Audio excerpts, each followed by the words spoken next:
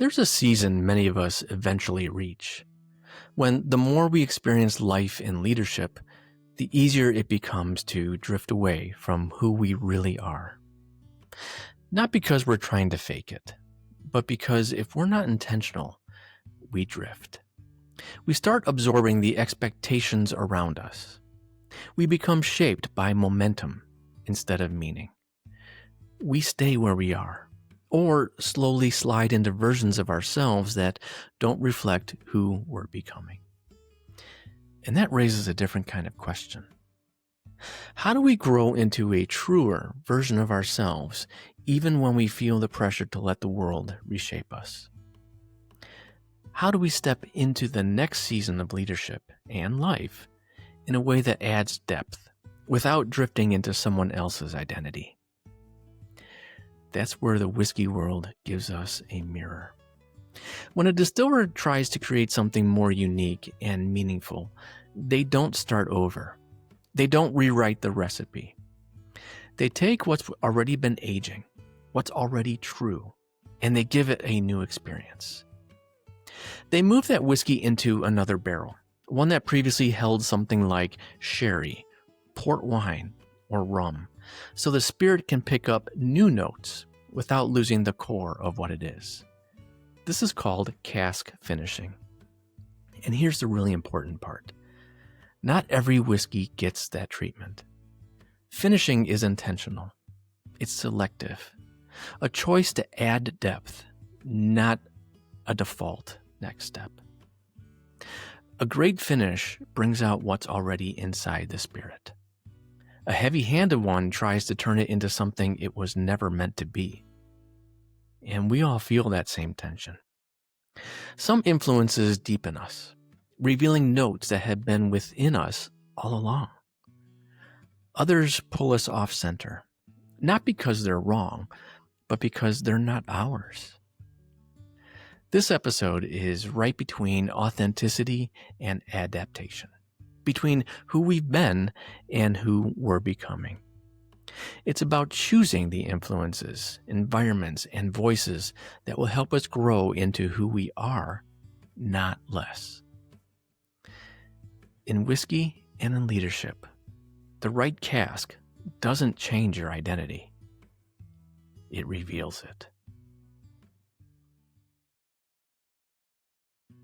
If what I said in the opening hit something in you, that subtle awareness that you've been shaped more by your expectations, environments, and momentum than by your own intention, then welcome. You're in good company. This experience becomes almost universal as we move through life, especially as we approach midlife. It's not a crisis, but more of a turning point. A moment where questions shift from achievement to meaning. It's a season where we start asking, what's next? What matters now? Is the future I'm stepping into the one I actually want? And we begin to sense that the next chapter isn't about adding more. It's about becoming more true. And that's where the whiskey metaphor begins to help us frame what's happening inside of us. So let's talk about what cask finishing is, because the metaphor matters. A cask finish happens when a whiskey that's already matured is transferred into a second barrel. A barrel that previously held sherry, port wine, rum, or some other spirit. What many people don't realize is that those barrels still hold traces of what came before. The wood is soaked with flavors, sugar, and remnants of its past life. And when the mature whiskey enters that second cask, it absorbs some of those leftover notes. Not enough to change its identity, but enough to deepen it. That's influence. And real influence always leaves a trace. Books, podcasts, mentors, leaders we admire, work environments, even the voices we scroll past daily. All of these soak into the wood that's around us. And without noticing, we absorb them. Some influences bring out who we are. Others bury pieces of us we didn't mean to lose. And that brings us to the first barrel, the place where everything begins. Every leader begins in a first barrel. Your wiring, your story, your faith, your early experiences, your values and convictions, your unique way of seeing the world. That first barrel gives you depth and identity. It's your foundation. It's the source of your leadership flavor. But the longer we lead and the longer we live, the more influences we encounter, both intentional and unintentional. Some come from people who speak into us. Others come from the environments we simply drift into. And many come from expectations that we absorb without even realizing it. Influence is rarely loud. It's rarely dramatic. It's usually subtle and cumulative. If we're not intentional, we drift away from our center, not because something knocked us off track, but because we never chose the influences shaping us. Leadership has a current, and if we don't anchor ourselves, the current chooses our direction for us. And for me, that realization came through what became my halftime moment. Everything changed when someone handed me a book called Halftime by Buford. I didn't expect much from reading yet another book, but once I read it, it literally stopped me in my tracks. Bob wasn't talking about ambition. He was talking about purpose. Not about reinvention, but about alignment. He put language around a tension that I had been carrying. Is what I'm doing still aligned with who I'm becoming? That book didn't ignite a crisis, but it did reveal a calling. And it reshaped my company, iBrand. Before reading Halftime, iBrand was the place where I used my skills and experience to build strategy, strengthen brands, and solve tough marketing problems. But Halftime made me realize something deeper. The real work wasn't in the marketing. It was in the alignment, the purpose, the clarity. The transformation that happens when a leader reconnects with who they truly are and leads their organization from that place. It moved iBrand from me being a fractional CMO and marketing strategist to being a clarity and alignment partner. One that helps leaders articulate their purpose, align their teams, build a strategy that reflects who they truly are as an organization and as individuals. And Crafted Clarity grew out of that same shift. Not reinvention, revelation. I was being poured into a new cask that brought forward notes that were already inside of me the whole time. And once I saw that, the metaphor of influence and identity became impossible to ignore. Some influences expand us and make us feel more grounded, more aligned, and more ourselves. A leader who speaks truth at the right moment. A conversation that helps us articulate something that we've been carrying. An experience that reveals a hidden strength or conviction.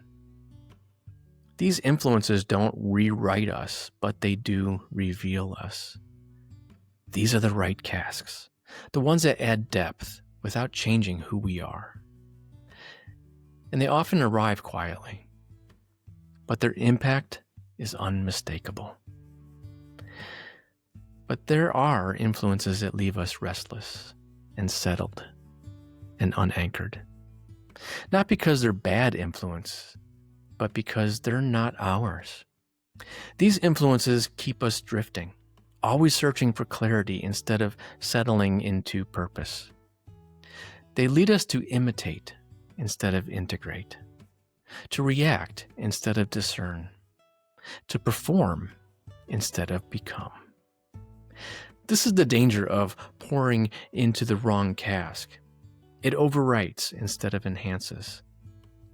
And discerning the difference is where maturity begins. Distillers just don't find an empty cask and use it. They choose the cask, that next level of refinement based on 3 things. The first is identity strength. The whiskey has to be strong enough on its own to hold the influence of the second cask without being overwhelmed. They look for the complementary profile. The second cask has to match the character of the spirit, a relationship, not a randomness. And the third thing they look for is intentional expression. They know the story that they want the whiskey to tell before choosing the environment that will help them reveal it. Leaders move into new seasons in the same way.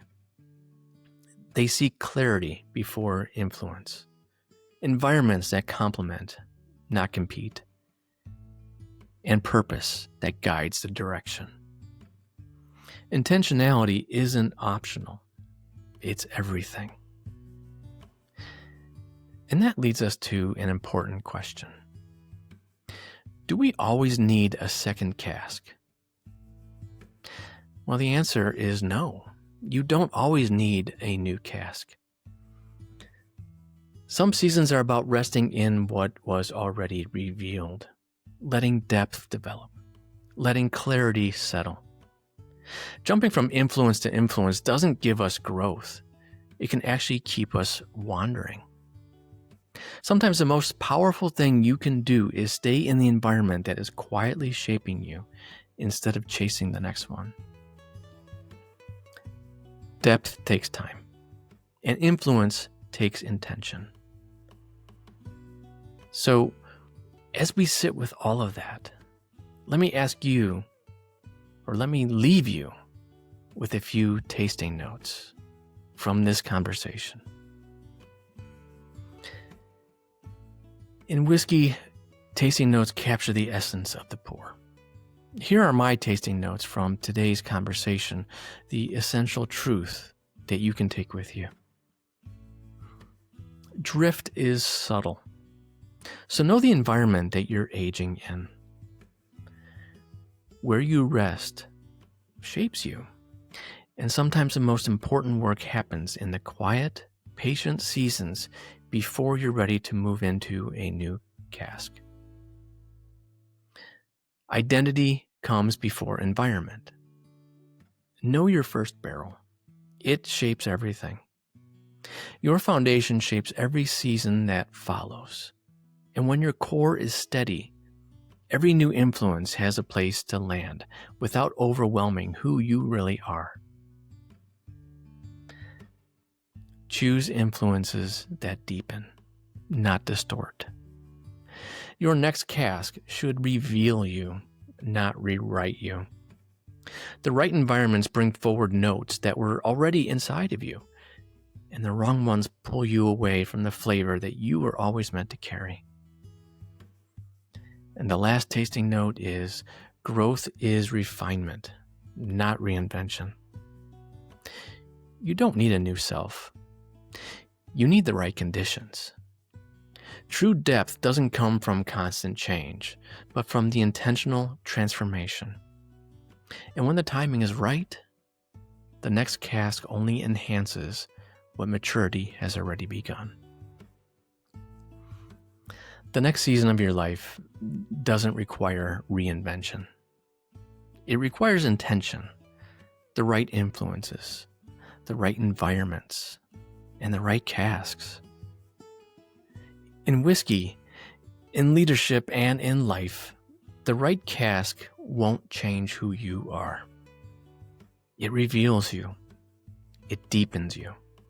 It brings forward what's been inside of you the whole time. Remember, clarity isn't found. It's crafted.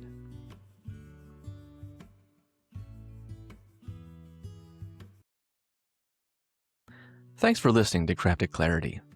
If you're a leader wrestling with the tension between success and significance, or you're trying to align your work with a deeper calling, I'd love to connect with you. If your organization is facing questions about strategy, whether it's alignment, ROI, or building confidence in your team, this is the work we do every day at iBrand. And if you walk this journey yourself, or maybe you're right in the middle of it, I'd love to hear your story and maybe even share it here on the podcast. You can find me at craftedclarity.net.